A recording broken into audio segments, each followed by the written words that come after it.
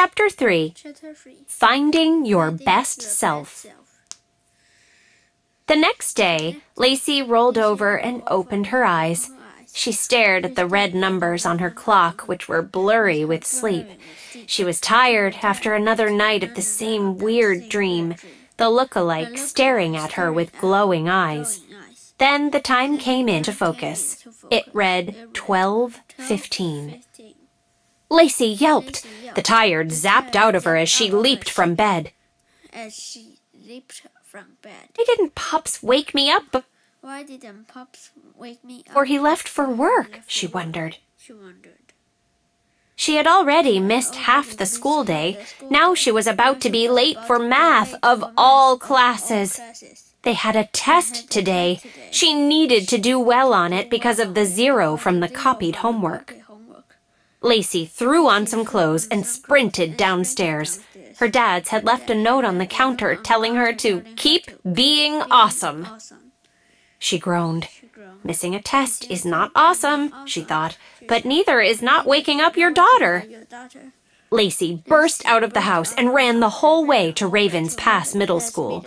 She stopped at the front doors to catch her breath. Then she squared her shoulders. Better late than never, she muttered. Lacey walked down the hall to math class. She peeked in the window. Heads bowed down over papers, pencils scratched, and Mr. Sneeze hunched at his computer. She looked over to her desk, trying to think of a way to sneak in. A gasp slipped out of her mouth. There at her desk, working on the test, sat her. Lacey stumbled back. It was not possible. She still must have been groggy from waking up so late. That must have been a new girl who somehow looked a lot like her. She went to look again when... Bring!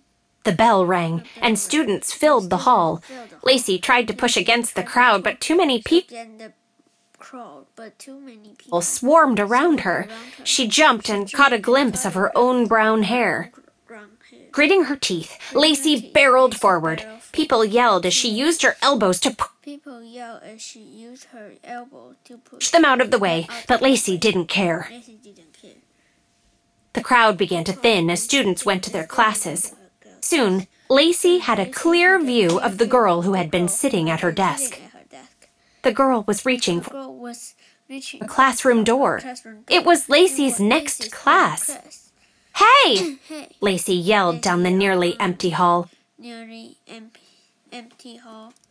The girl dropped her hand. She turned slowly as the second bell rang for class. Lacey stepped back, putting her hand over her mouth.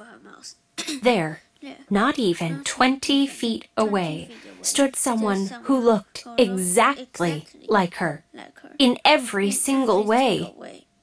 Only this other girl seemed to be a better version of Lacey. This Lacey's outfit looked pressed and neat. Her hair shined, and her eyes sparkled. But a darkness grew under the girl's eyes as she smiled. The other Lacey pointed at real Lacey and giggled. Then she turned and sprinted around a corner. Lacey bolted after her double, but by the time she had rounded the corner, other Lacey was gone.